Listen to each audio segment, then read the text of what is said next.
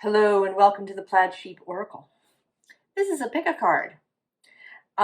It's kind of gray here a little bit, and I decided I want to do something a little more fun. The readings have been very serious about taking on leadership and things. So this is a pick a card about your strongest or most prominent metaphysical talent or talents. We'll see what comes out. So what is really strong at the moment? What maybe is something that you really want to focus on at the moment? Might be a psychic skill like telepathy. Might be, might even be something like diplomacy, possibly. We'll see what comes through. So there are 4 piles. They each have the sort of primary oracle card, and then 3 others to support it. And then I will draw tarot, and then there's an object with each pile.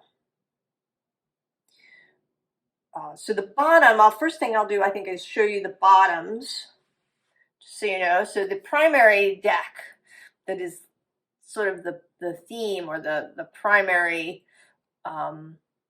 descriptor: quest, then middle world, uncertainty, and communication.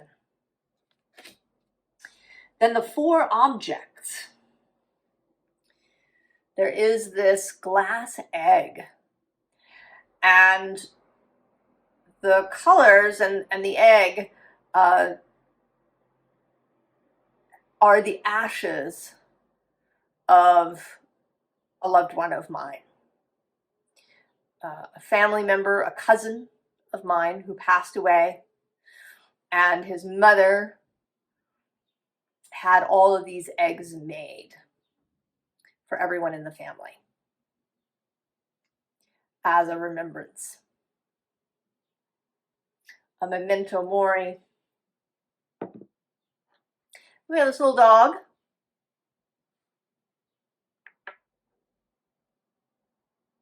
I think it's a fox terrier? No, some sort of terrier.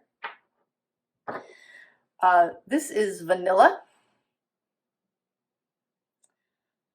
extract, homemade.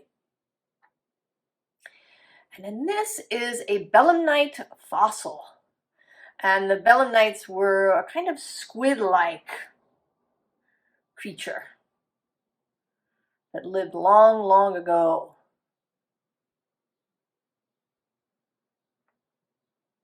So there we are, your 4 piles. Interesting choices. Oh, and then there'll be a tarot deck for each pile. So, pile 1,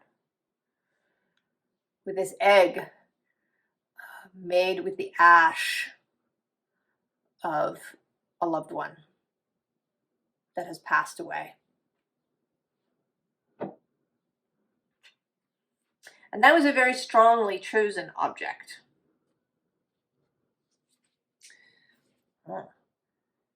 Hidden portal. Alternate routes, look closer, creative solutions. So that's interesting. There's also all this green going on. The way that the color was chosen is before. So this has the ashes of a cousin of mine. He was a young man when he died, and his mother asked all of us for what color reminded us of him, and she didn't tell us why. She just asked, and the color that came up for me was green, and so my egg has green.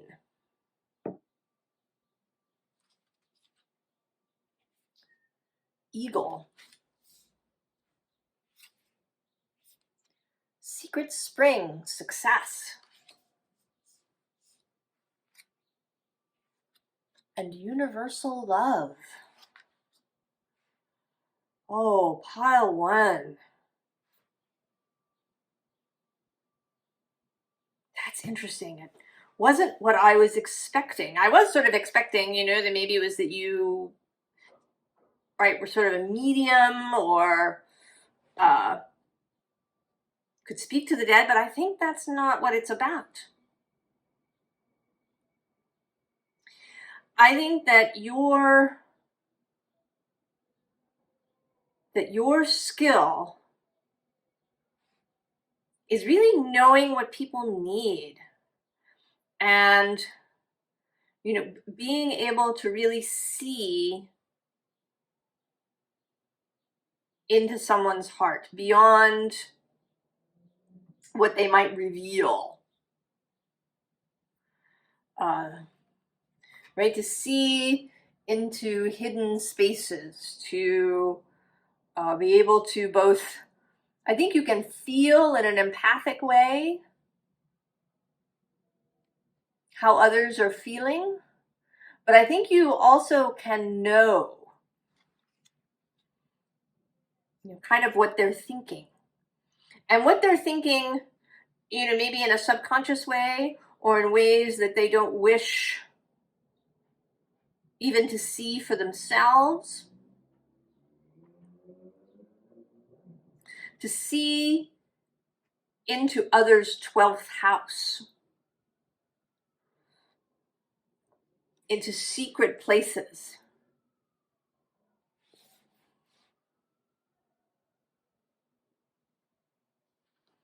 And I think you can see with real clarity, and that you can, the eagle can see both at great distance, but also close up and really sharply.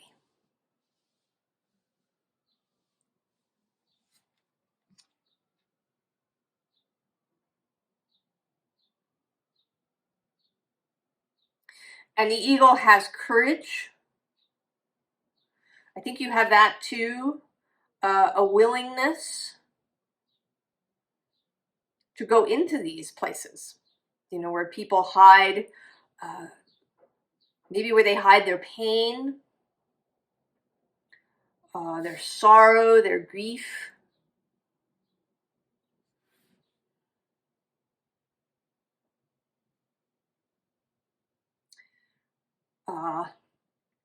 There is kind of the specificity of this young man. He died of cancer that formed in his chest and his lungs. That is the space of grief. It grew in secret for a long time, I think. I think it had to do with things that he didn't say,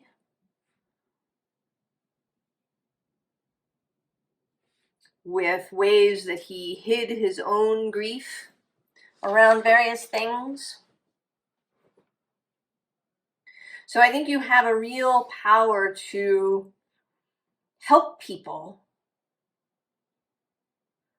to see these things, to come to terms with them, to release them. Right? Because there is this success here. And this eagle who is, coming down to grab something. And then we have universal love, and it says the frequency of universal love activates the connection we feel to each other, to our planet, and to the whole of existence itself. When people are in grief, particularly, in a kind of hidden pain, they can become disconnected. They can feel very isolated. They can feel very lonely. And I think, pile one, that you have real skill to assist people to be able to work through these things, to be able to renew their connection, to be able to maybe speak of these things. and to release them. Let's see what else the tarot has to say.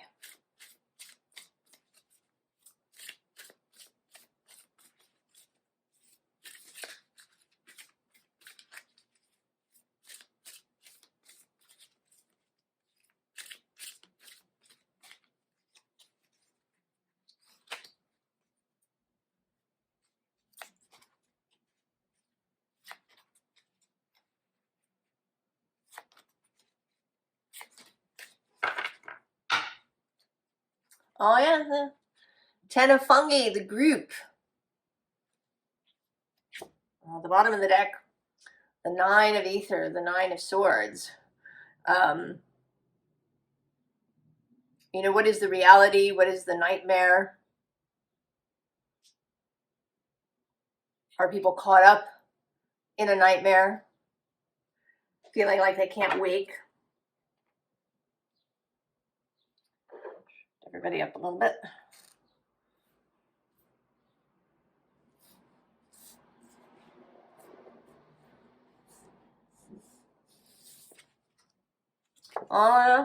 Six of Fungi. Come back to that. The Nine of Fungi.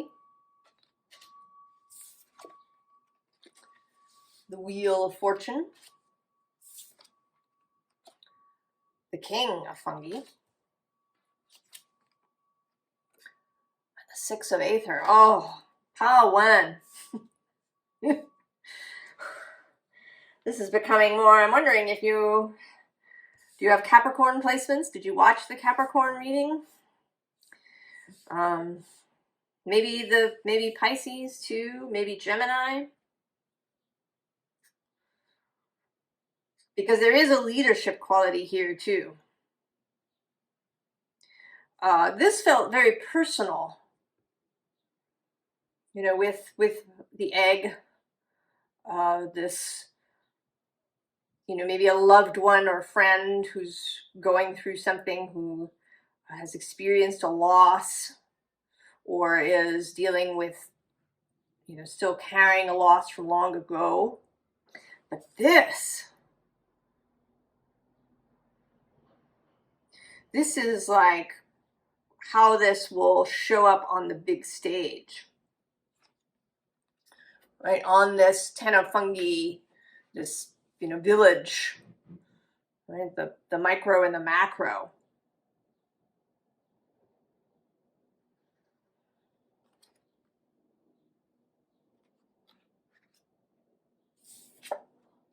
This is my Go Into the Darkness card.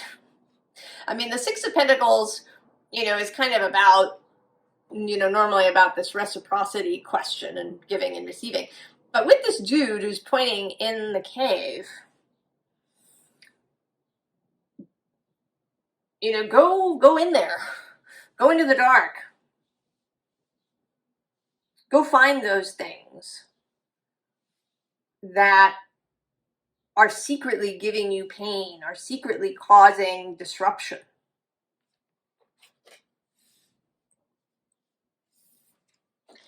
And this feels to me like you here. You know, that you are, that you're both this guy who's suggesting, you know, we could go down in there together. But there's also an aspect of you that is here holding space. Being the ground in this moment. This space, you know, the Nine of Pentacles is about independence, about mastery of the earth element and the earth realm, a feeling of satisfaction, a feeling of success, an experience of success.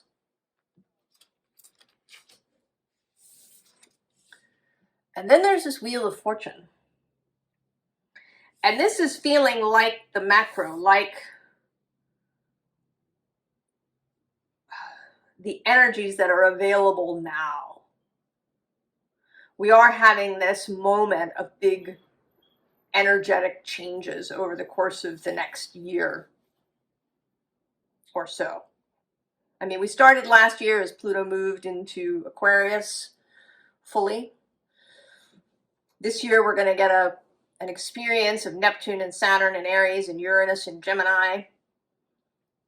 And then next year, those 3 planets all move permanently into the new sign.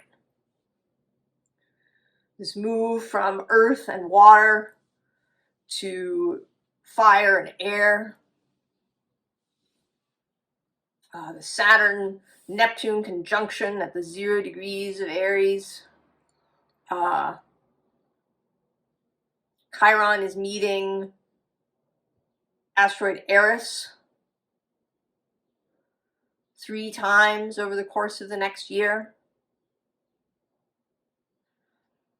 Healing, perhaps through disruption, the deliberate implementation of chaos or disruption. Because disruption actually doesn't have to be chaotic.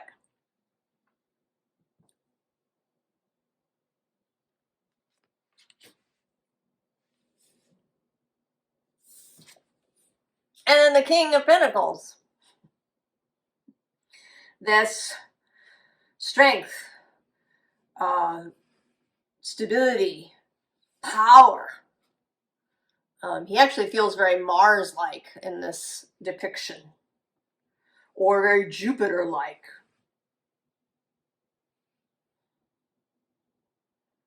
Jupiter is moving into Cancer. He is exalted there. This energy of love, of caring, of nurturing, of home.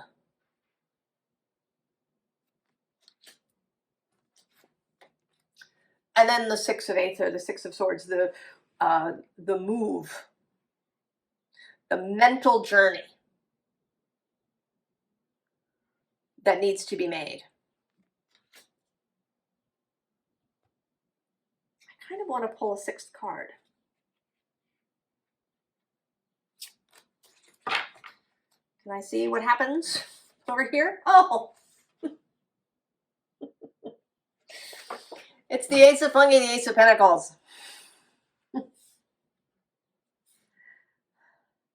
So there's this new possibility.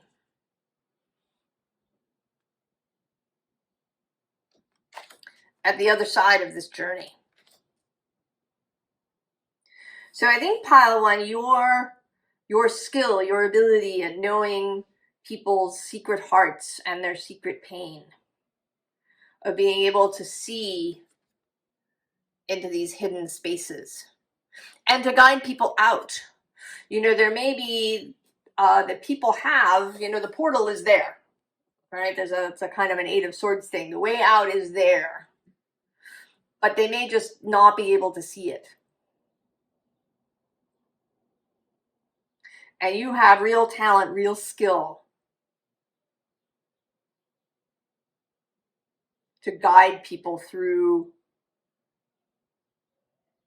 this, I think, through this whole change. Anybody who is stuck in an old pain, a grief, an anger, a loss.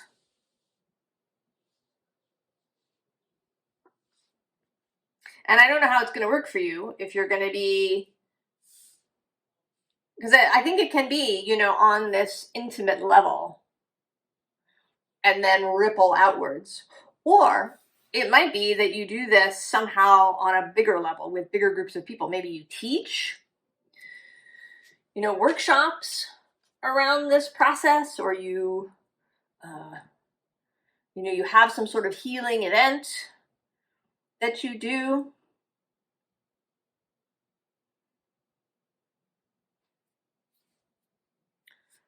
I don't know. Oh, pile 1.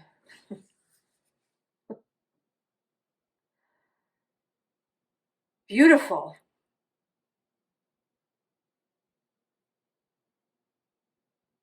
I hope that it feels beautiful to you, that you want to go out and do this. I think that you do. There's this, right? This eagle gives me the sense, and this, right? This fairy here with success. that you are interested in this, that it feels like an opening to you to do it.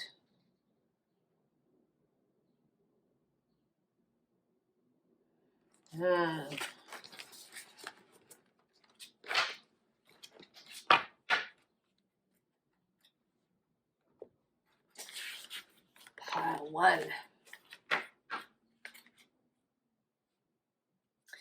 All right, pile 2. The little doggy figurine.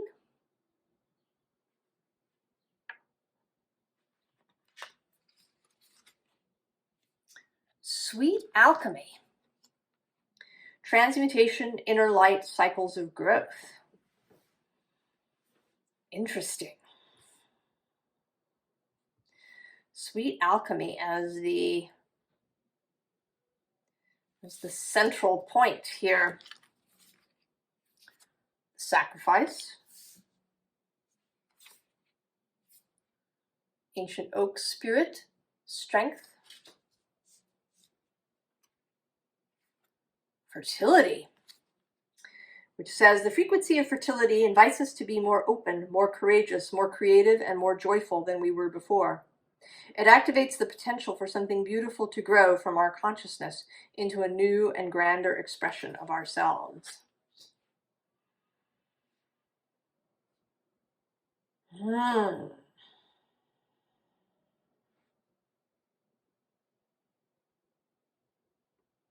You know, the sacrifice card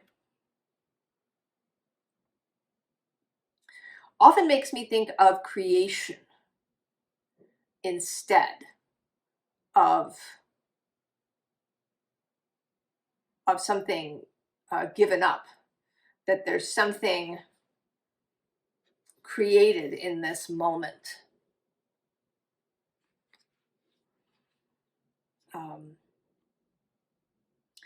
We've long thought of sacrifice as giving up something that is important to ourselves to the deity, to the god, or to the cause.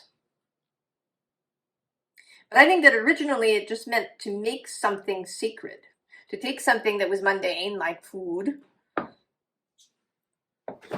and through this devotional moment to make that food, that offering, sacred. That it was, this communication between us and the divine. An opening of a door.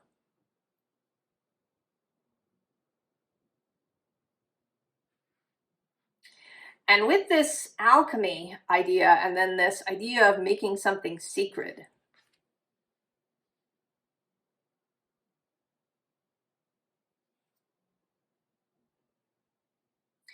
I think that your gift is a kind of transmutation, is not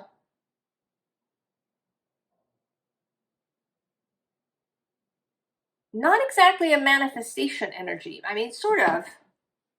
But this fertility,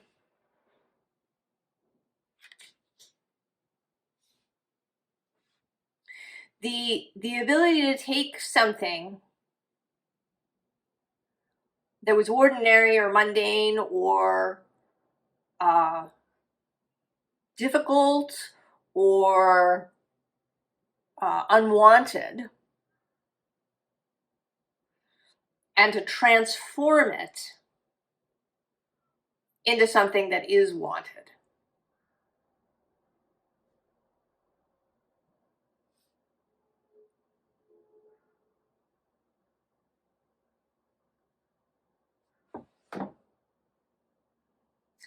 I think I need tarot to get me further.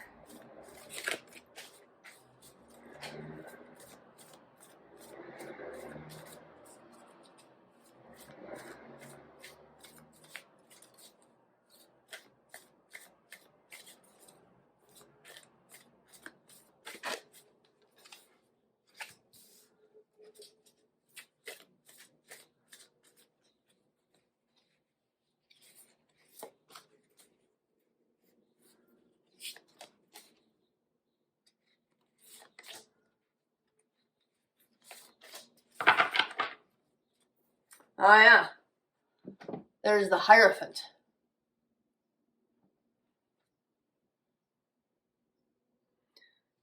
The above and the below.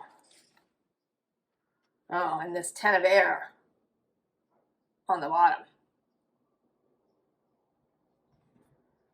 Kind of feel like this is prior to this.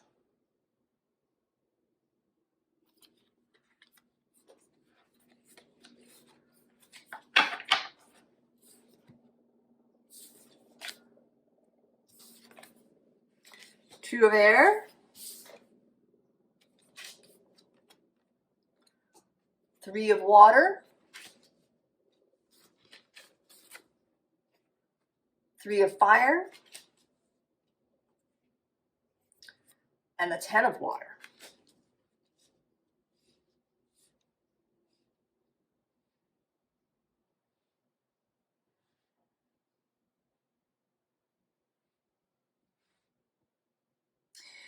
I want to say that you are the Hierophant.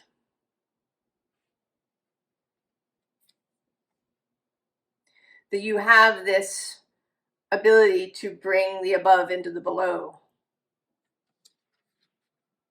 Below the Hierophant is the Queen of Fire, and then this Council of Monarchs, who sits in the Emperor position in this deck.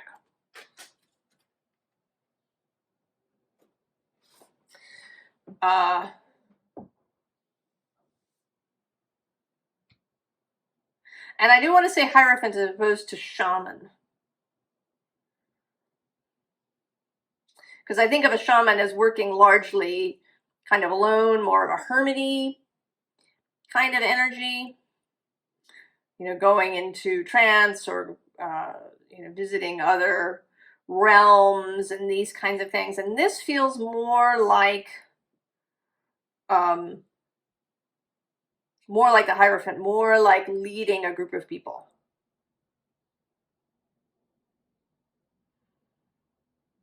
In ritual, in ceremony. You know, this feels kind of like a gathering space of gathering people together in a grove, of leading a group of people into fertility as a frame of mind, into fertility as a way of thinking, as a way of seeing, as a perspective.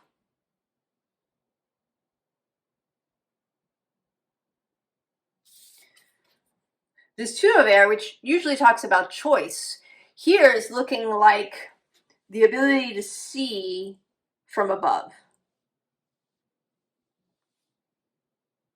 That you have this really strong connection to source.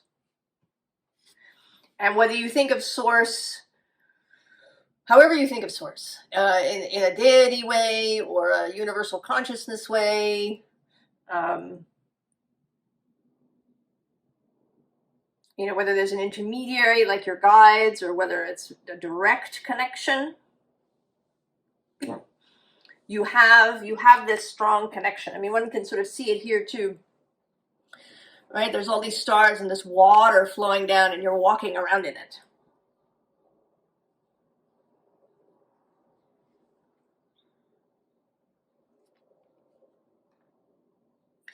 And you know, the dog,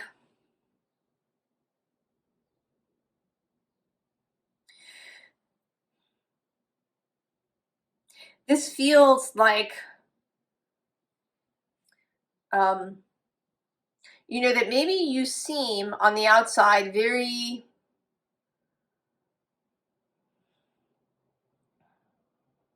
I hate to use the word ordinary, but you know, that you're not, really loud, you're not,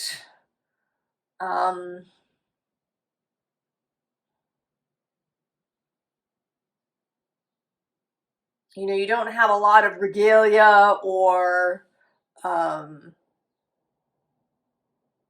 pomp and circumstance around you. Right? This Hierophant here is a tree. Yeah. So not, you don't have a lot of use for kind of the trappings of the Hierophant position.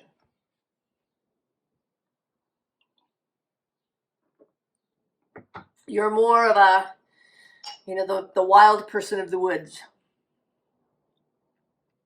who has charisma, who has a desire to create change, to lead others to change.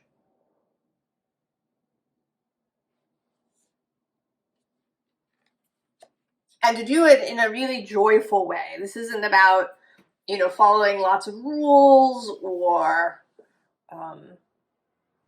tightly towing the line. But there is a fervor. There is a passion here.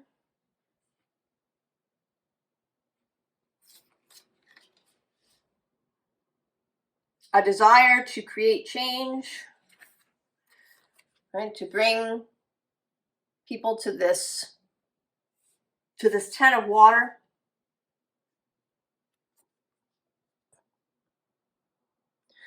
To bring people to joy, to seeing their lives and the earth as fertile.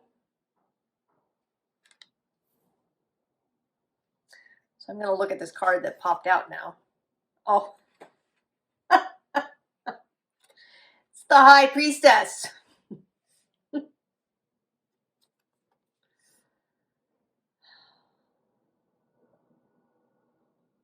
And that's sort of interesting.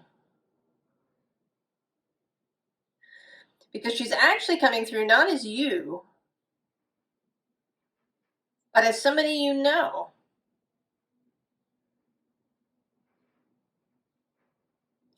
That maybe you will have a partner in this enterprise, or not, I don't want to call it an enterprise, in this undertaking, in this becoming. Because certainly the Hierophant and the High Priestess are a powerful pair.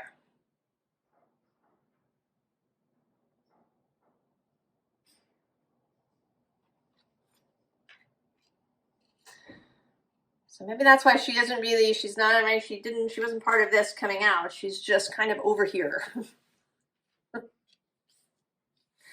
Maybe she's somebody you consult for your own guidance. Or she's somebody who comes in and contributes.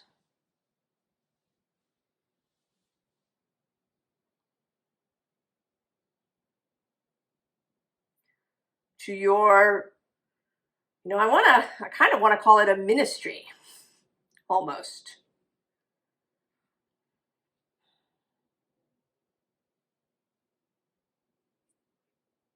And whatever it is you are doing, out there, you're also doing for yourself. So that you, and it may happen that way, that you are developing this ability through seeing life as fertile, of creating change and affluence and fecundity in your own life. And for really making your whole life a spiritual thing. That used to be true. There wasn't a separation between, one's religious or life of faith and the rest of one's life, as we kind of have now, right? It's a separate space.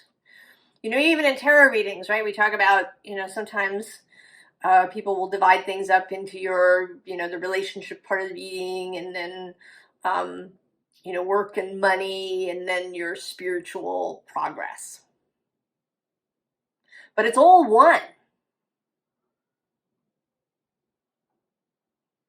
At some point we started chopping up our existence, our lives, into sections,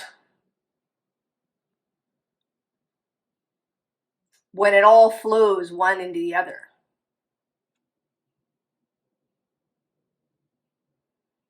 Right? It was life. And this faith, this spiritual aspect, infused all parts of your life.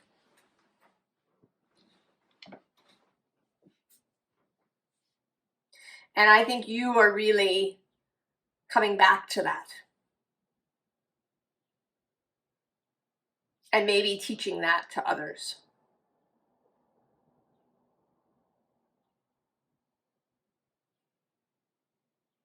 It's like a calling.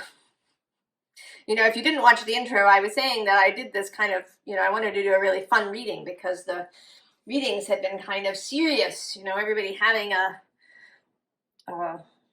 direction, a calling, a leadership thing. And here it is, coming out in the what are your metaphysical gifts reading. So it's all one. If you're here with me, pile 2,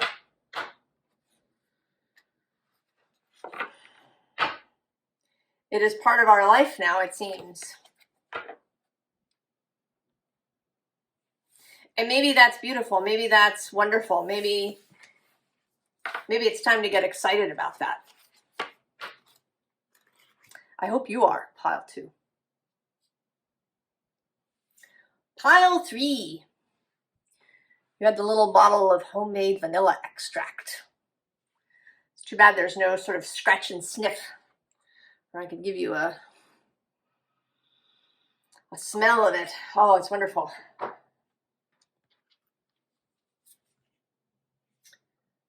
Familiar steps. Recurring dreams, continuum, reclaimed truths.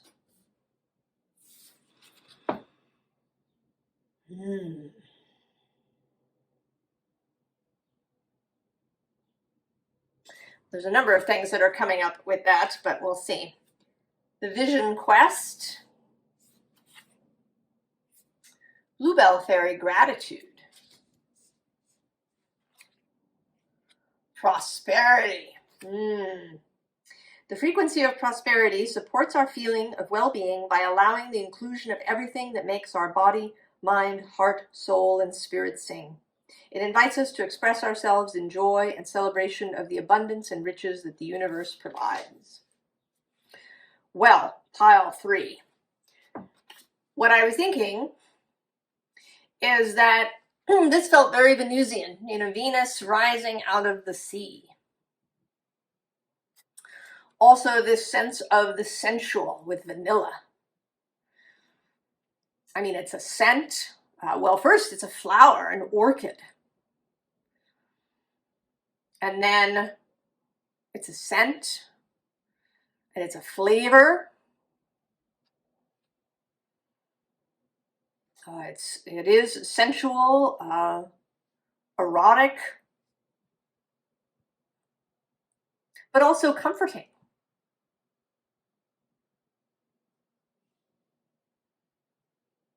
The smell of real vanilla.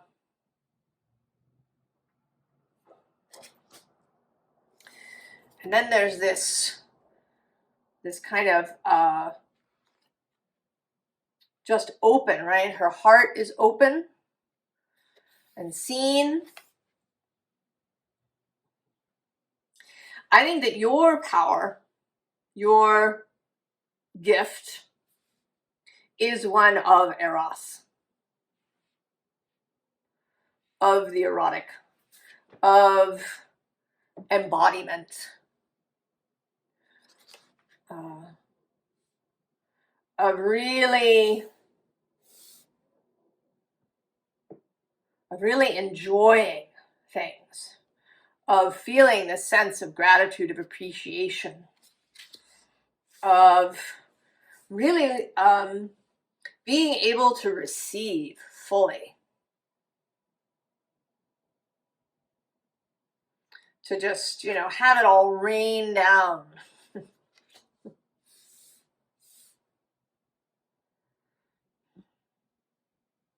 And there's no sense of,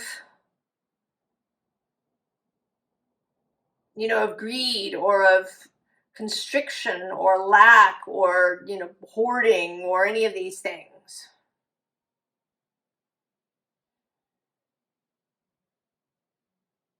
There's a level of comfort with prosperity, with affluence, with a flow of things passing through you.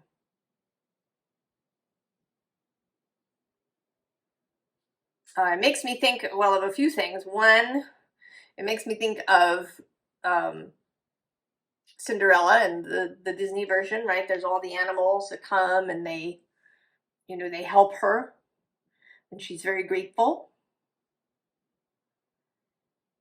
And she just receives it. And then she receives the gift from the fairy godmother.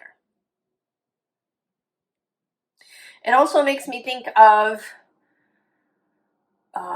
you know, a life lived kind of really in connection with nature, where, you know, each season brings new things that are beautiful and wonderful, and you can just enjoy them. You know, when it's strawberry season, you eat strawberries until you're full. You know, and then they're gone, and that's okay, because you know they're going to come back around the next year. You know, and when it's sunshine out, you accept that. And when, you know, the place is covered with snow, you revel in that.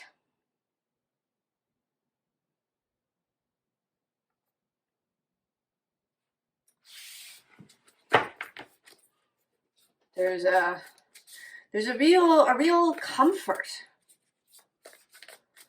a real ability to receive, to dream, to have a vision that then comes into being, and not, you know, through hard labor, but through inspired action.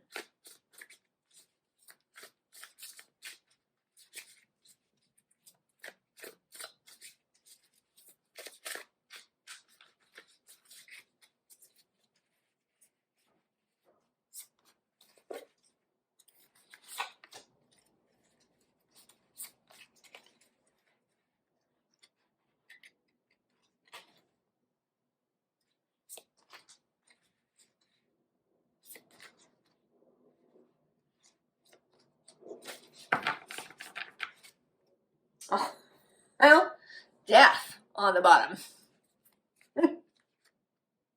With the Father of Pentacles, the King of Pentacles on the bottom.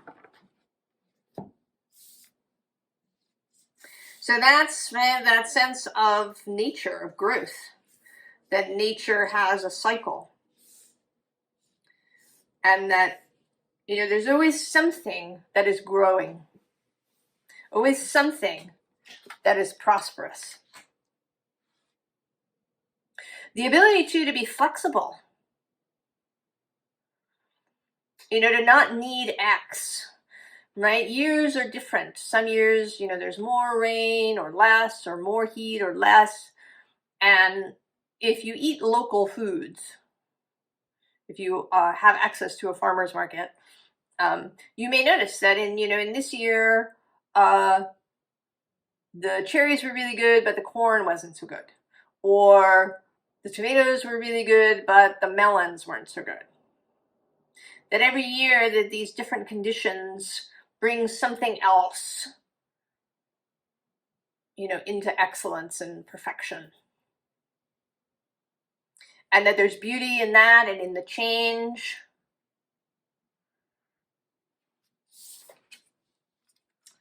Daughter of Wands. The Firefly. the hummingbird, the Son of Swords, the oyster, and the Nine of Wands.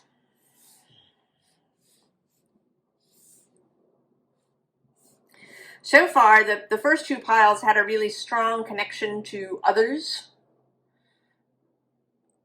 There was the personal gift and then how it would ripple out, and I'm seeing that here too. Actually, I just saw that under death is the nightingale. And all of these, right, the nightingale, this daughter of wands, the firefly, the hummingbird, bright, attractive, energies that call, energies that inspire, that are a light. I think you are going to attract people. That this ability of yours, this skill to be, right, to be like Venus, to be inspired, to bring Venus to life, is going to make you really attractive to others. And that there is a gift in that there is a pearl that you have to reveal. Pearl of great price. And that it leads somewhere. It leads to a healing space for others. I don't think that this is about you like teaching or being a therapist or any of this sort of thing. This feels very much like you going about your business, doing your thing, walking around as this bluebell fairy of gratitude, this Venus energy. I'm sort of seeing now there's this stag here, and we have this Father of Pentacles down here. All right, this energy of creation, of manifestation that just walks with you. Right next to that actually is the dragon. Oh, I'm going to go two more. The panther and the high priestess. So you walk with these energies. All right, the familiar steps. It may be that you have done this in a previous life, that you have been an inspiration in this way in a previous life.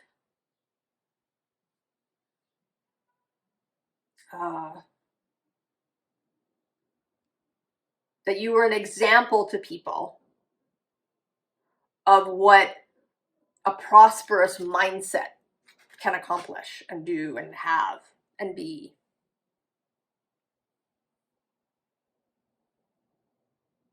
And I don't think you're not, I think you're not going to be overly concerned with whoever it is that shows up to see you. Right? You have your pearl. It's just there. You can reveal it. But it's not your job to kind of help or assist other people. Your job is to be you to the fullest extent that you can. To be this receptive, prosperous, affluent, sensual, Venusian, Aphrodite-like being.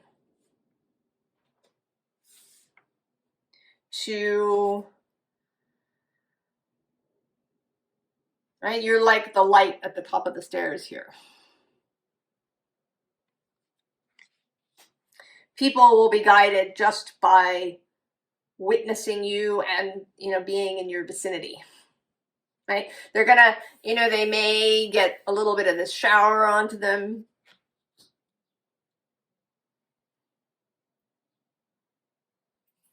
You will be so bright, your energy so infectious, that they won't be able to help it, but be changed by you. Pile 3. Whoa.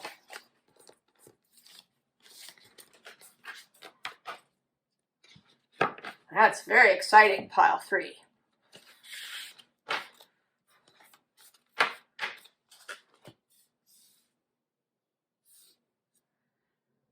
All right, pile 4.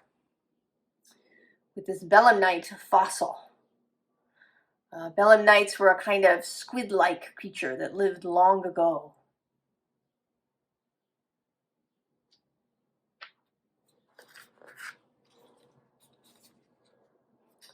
Oh, the desert. Authentic self, transcendence, courage, genesis.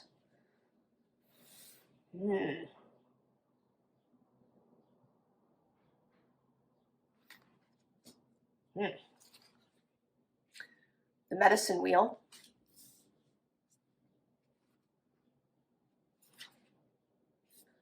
The dragon, power. And sacral chakra. Oh.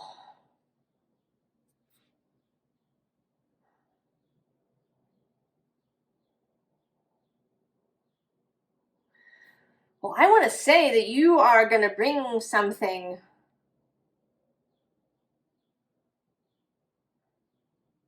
from the past, some that you have access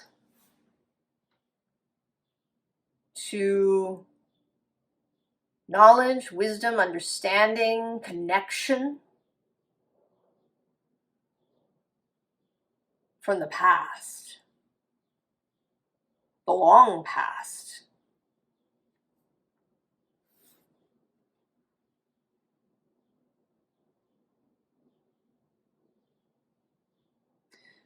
You know, lots of religions, faiths kind of come out of the desert. It's so silent there.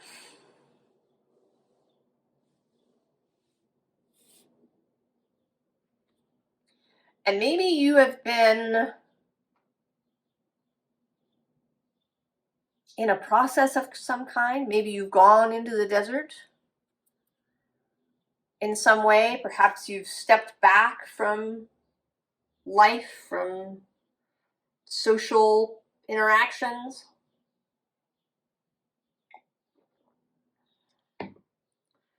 From digital interactions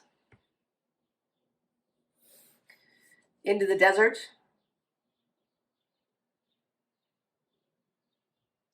And when you were there, you found healing.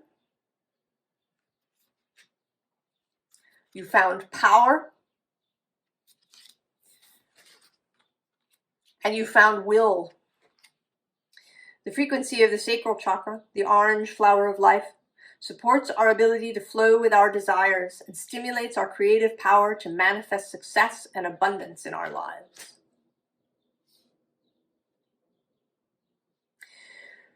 You may also now be really connected to perhaps to dragon energy, to dragon power, to something that is ancient, maybe something that is eternal.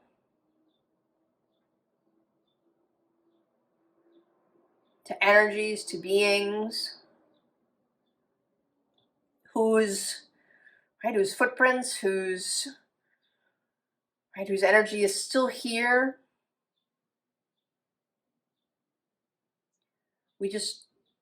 Most of us just can't see it.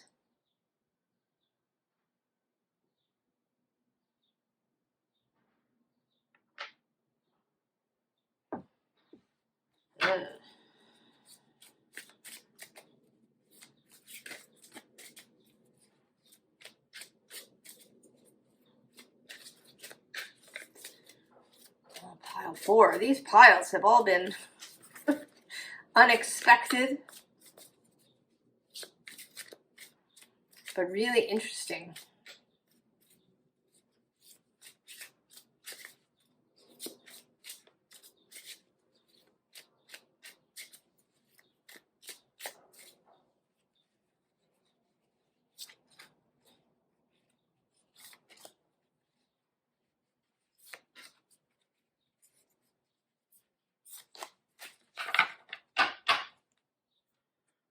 Oh yeah, 3 of blues, which is kind of a baptism scene. And on the bottom is the Ace of blues.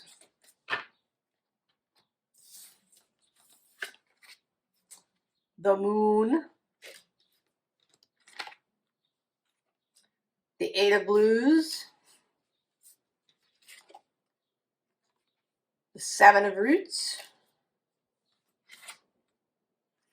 And the 4 of jazz. Oh, pile 4. You have gone off into the desert.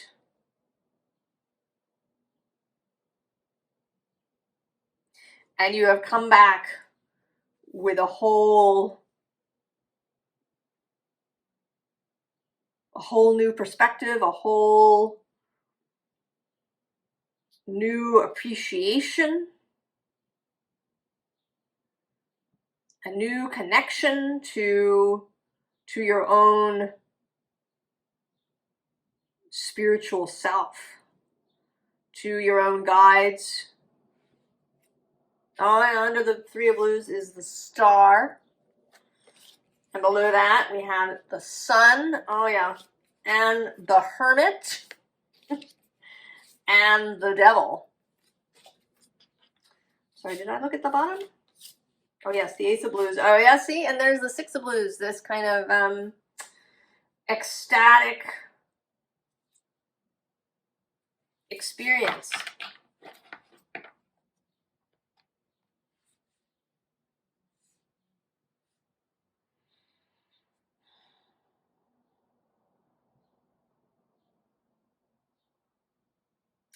I think you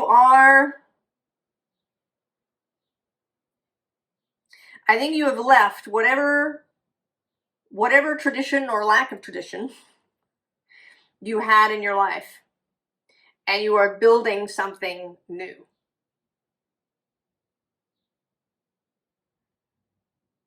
You went into the desert. You had an experience. You had a healing.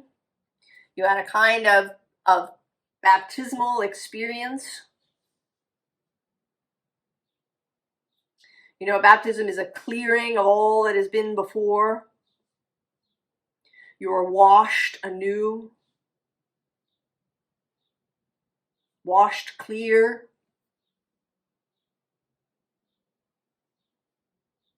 Of what has been. You have a new direction, a new faith. Maybe it might be a whole new cosmology. And it's absolutely clear and joyful.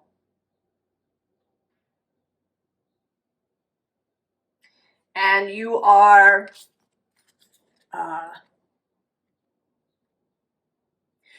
prepared. You are prepared to speak to others about it, to welcome others, but you're also prepared to be alone in it. I don't think that it's your purpose to be an evangelist or to, bring others into this new idea, new faith that you have. In fact, with the devil here, it may be that you are, in some cases, really going to be the outsider. The devil is also really important for the physical world. To bring something into manifested reality, you need that devil, that Saturn energy, to be on your side, to be with you. So you went, you had this beautiful moon experience.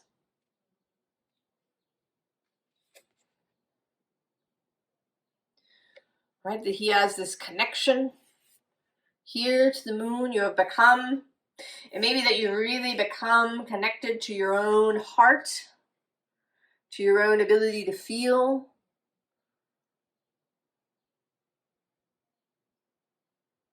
your own ability to understand, to see the mystery.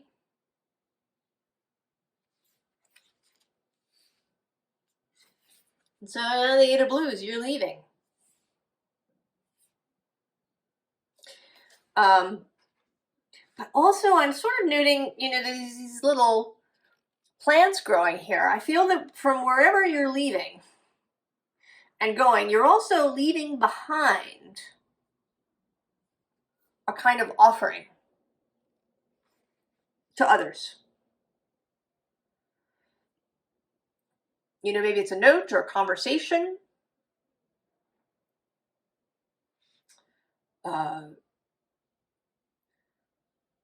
Something where others can follow you if they choose to. These little gifts. And then there's going to be a process. Seven of Pentacles. Of, right, things coming into place. As you head for this Four of Jazz, Four of Wands. This new space. This new structure that you have built for yourself. And that you are confident, that you know your own power, that you're really confident about this connection that you have with these infinite energies, infinite beings, ancient beings, that you're confident in your ability to hear their messages and understand.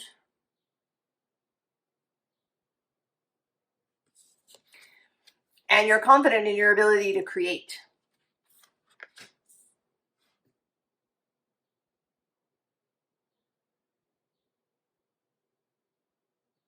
And to create something, you know, that's a lot of fun.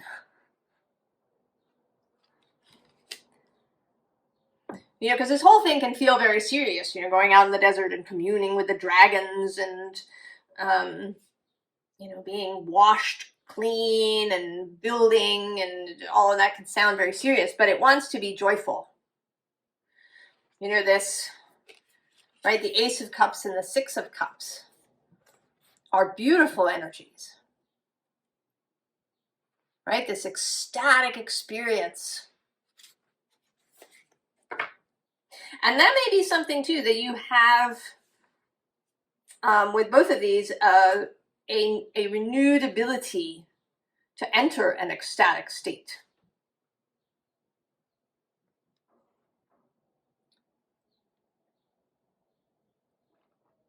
And to have that be part of your spiritual life. Part of your life, actually.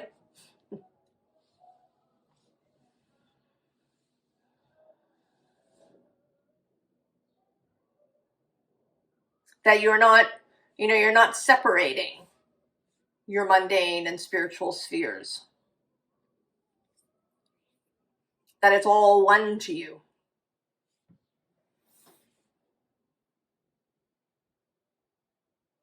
And that you want it to be lively and joy-filled and ecstatic and interesting.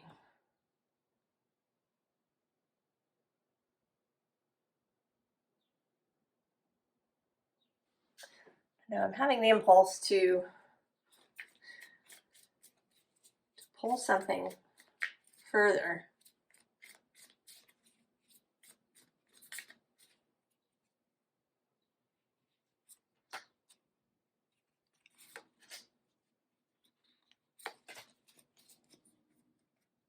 Oh yeah, look, there's the Magician.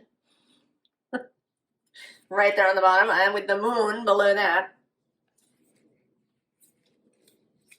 Who's underneath? Oh, the Page of Cups.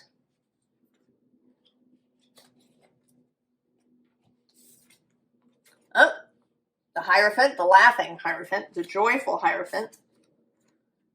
The Knight of, or I'm sorry, the King of Wands. And the Knight of Swords. So there may be, for some of you, the possibility that you're going to gather people around you. I mean, it may just happen. I think it might happen with all of the piles. That all of these energies are really attractive. That people will recognize, even if it's only subconsciously, this wonderful connection and clarity that you have. And that they're going to want to be around that. So there may be some of you who, kind of take this on the road. Who do spread the word in some way. Perhaps as teachers, perhaps, you're going to start your own little sort of group.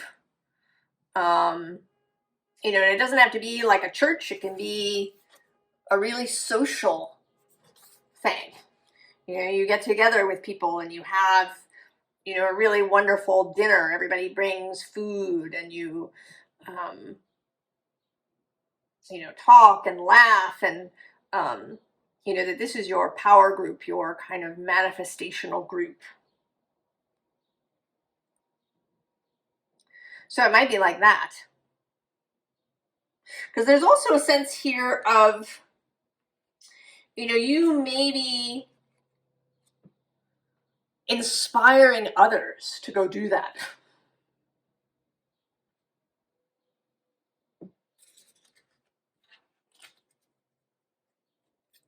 Pile 4.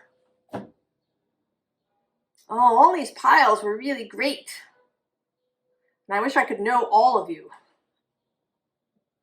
Find out what's happening with you as these gifts and understandings come into reality. I wish all of you the very, very best, and I will see you next time. So long.